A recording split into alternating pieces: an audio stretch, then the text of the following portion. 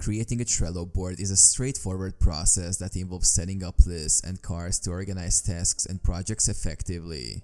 Here's how to make a Trello board. Sign in or sign up. Log into your Trello account or sign up for a new account if you don't have one already. You can use your email address or sign up with Google. Create a new board. Once logged in, click on the plus icon next to boards on the Trello homepage. Select Create Board from the drop-down menu. Name your board. Give your board a descriptive name that reflects the project or initiative you're working on. You can also add a brief description to provide context. Add lists. Click on the Add a List button to create lists for different stages or categories of tasks within your project.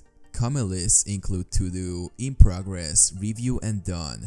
Add cards. Within each list, click on Add a Card to create cards representing individual tasks or action items. Add detailed information, due dates, checklists, and attachments to each card as needed. Customize. Customize your board by rearranging lists, adding labels to cards for categorization, and inviting team members to collaborate. Save and share. Once your board is set up, click Create to save it. Share the board link with team members to start collaborating on tasks and projects.